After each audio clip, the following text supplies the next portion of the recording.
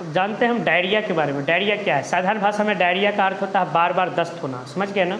गर्मी और बरसात के मौसम में ये रोग सामान्यतः ज़्यादा होता है। ये रोग ज़्यादा कब होता है? गर्मी और बरसात में। डायरिया कई प्रकार के रोगाणुओं के संक्रमण से होता है। डायरिया जो होता है बहुत प्रकार के रोगाणु के संक्रमण से होता है, इन्फेक्शन से। इसके रोगाणु आंत को संक्रमित करते हैं। इसके रोगाणु जो होते हैं आंत को संक्रमित करते हैं।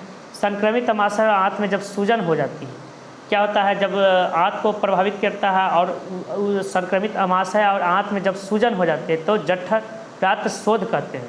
तो जठरांत्र शोथ कहते हैं। जब सूजन हो गया उसका अमाशय जो होता है ना, आंत में सूजन, अमाशय और आंत में सूजन हो जाता है, फूल जाता है, जिसको क्या कहते हैं? जठरांत्र शोथ कहते हैं। जठरांत्र शोथ साधारणतः एक प्रकार की बैक्टीरिया एस्चेरिचिया कोलाई या वायरस के कारण होता है। सल्मोनेला एंटेरेटाइडिस नामक बैक्टीरिया तथा कुछ कवकों से संक्रमित भोजन खाने से कभी कभी भोजन विषाक्त होता है। कह रहा है कि कुछ बासी भोजन कर लोगे, कुछ खराब भोजन कर लोगे तो इससे भी डायरिया हो जाता है। इस प्रकार होने वाले भोजन विषाक्तता की जठरांत्र शोथ के कारण होते हैं। एंटअमीबा हिस्टोटोल्का नामक प्रोटोजोआ से होने वाले रोग अमीबी पेचिस होता है। कह रहा है एक एंटअमीबा हिस्टोटोल्का के नामक इसके कारण भी डायरिया होता है, उसका नाम है अमीबी पेचिस। और बैक्टीरिया के कारण होने वाले रोग विषाणु पेचिस कहलाते हैं। एंटअमीबा हिस्टोटोल्का के कारण होने वाले रोग को अमीबी पेचिस और बैक्टीरिया के कारण होने वाले रोग को विषाणु पेचिस कहते हैं। कहने का मतलब डायरिया साधारण भाषा में जिसको हम पतला दस्त कहते हैं, क्लियर है? यह जो होता है गर्मी बरसात में ज़्यादातर देखने को मिलता है। डायरिया जो होता है बहुत प्रकार के रोगाणुओं से होता है, जिसके नाम है जो कि याद रखना है। एंटअमीबा हिस्टोटोल्का के कारण होने वाले डायरिया को अमीबी पेचिस कहते हैं और विषाणु बैक्टीरिया के कारण या विषाणु के कारण होने वाले डायरिया को विषाणु पेचिस। बस इतना याद रखना है, क्लियर है?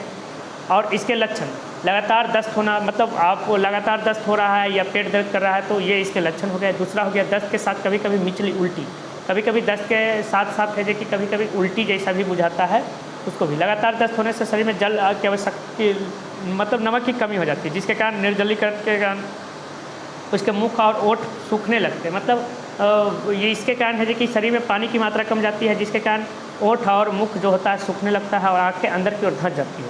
शिशुओं में शरीर की त्वचा ढीला हो जाता है, शरीर लगने लगता है ढीला हो गया। और चौथा, पेचिस की अवस्था में आंत की दीवार से निकलने वाले रक्त भी दस्त के साथ शरीर से बाहर निकलता है। तो इसके लक्षण हम लिखेंगे कि लगातार पतला दस्त होना। दूसरा लिखेंगे पेट दर्द होना। तीसरा लिखेंगे उल्टी होना, दस्त के साथ साथ कभी कभी उल्टी होना। और चौथा लिखेंगे हमारा शरीर है जो कि लगातार जब डायरिया हो जाता है तो हमारा ओंठ सूख जाता है, मुंह सूख जाता है। समझ गए ना? हमेशा सूखा सूखा सा लगता है, क्लियर है? रोकथाम के बारे में जानते हैं, इसको रोक कैसे कर सकते हैं। इस रोग के संक्रमण से बचने के लिए सभी को व्यक्तिगत स्वच्छता पर विशेष रूप से ध्यान देना चाहिए। इसके संक्रमण से बचने के लिए व्यक्तिगत स्वच्छता, जैसे हमें अच्छा भोजन करना चाहिए, साफ़ सुथरा, बासी भोजन नहीं करना चाहिए जो खराब हो। पीने का जल शुद्ध और संक्रमण रहित हो, जो पानी पीते हैं वो शुद्ध और संक्रमित रहित, मतलब खराब ना हो। भोजन स्वास्थ्यकर तरीके से पकाना चाहिए, भोजन जो हो अच्छा तरीक़ा से पकाना चाहिए। पके हुए भोजन को ढक कर रखना चाहिए ताकि जो खराब पाश्चुकृत दूध अर्थात वैज्ञानिक विधि से कीटाणु रहित ही दूध पीना चाहिए। जो जैसे हम लोग है जो कि डेयरी से लाते हैं ना, जहाँ दूध बिकता है वहाँ से, तो वो पाश्चुकृत रहता है दूध। इसके बारे में 8 क्लास में पढ़ना है। सदा गर्म और ताज़ा पकाया हुआ भोजन खाना चाहिए, हमेशा गर्म और ताज़ा पकाया हुआ भोजन खाना चाहिए। इस रोग में शरीर में जल और खनिज लवण की कमी हो जाती है तो ORS घोल है जो कि पिलाना चाहिए। तो रोकथाम क्लियर हो गया। तो हम इसको फिर से एक बार रिपीट करते हैं। पूछेगा डायरिया क्या है, इसके लक्षण और रोकथाम को लिखे। सवाल रहेगा क्या, डायरिया क्या है, इसके लक्षण और रोकथाम को लिखे। तो आप क्या लिखोगे? डायरिया जो होता है जिसको साधारण भाषा में पतला दस्त कहते हैं, यह जो होता है गर्मी और बरसात के मौसम में होता है। और डायरिया बहुत प्रकार के रोगाणुओं के कारण होता है। जब जो डायरिया एंटअमीबा हिस्टोटोल्का नामक प्रोटोजोआ के कारण होता है तो इसको अमीबी पेचिस, और जो बैक्टीरिया के कारण होता है तो उसको विषाणु पेचिस कहते हैं, क्लियर है? और इसके लक्षण जो हो गए बार बार दस्त होना पहला, दूसरा हो गया पेट दर्द, तीसरा हो गया उल्टी होना, चौथा हो गया हमारे शरीर में पानी की मात्रा कम जाने से हमारा ओंठ का सूखा होना, मुंह का सूखा होना। अब इसके रोकथाम में है जो कि इसके बचने के लिए हमें है जो कि अपने व्यक्तिगत स्वच्छता पर ध्यान देना चाहिए। इसके अलावा पीने का जल शुद्ध और संक्रमित रहित होना चाहिए, भोजन को ढक करके रखना चाहिए, शुद्ध भोजन करना चाहिए, सदा गर्म और ताज़ा भोजन करना चाहिए और ORS का घोल है जो कि लेना चाहिए। ये इसका है जो कि ऑब्जेक्टिव है, इसको याद रखना है।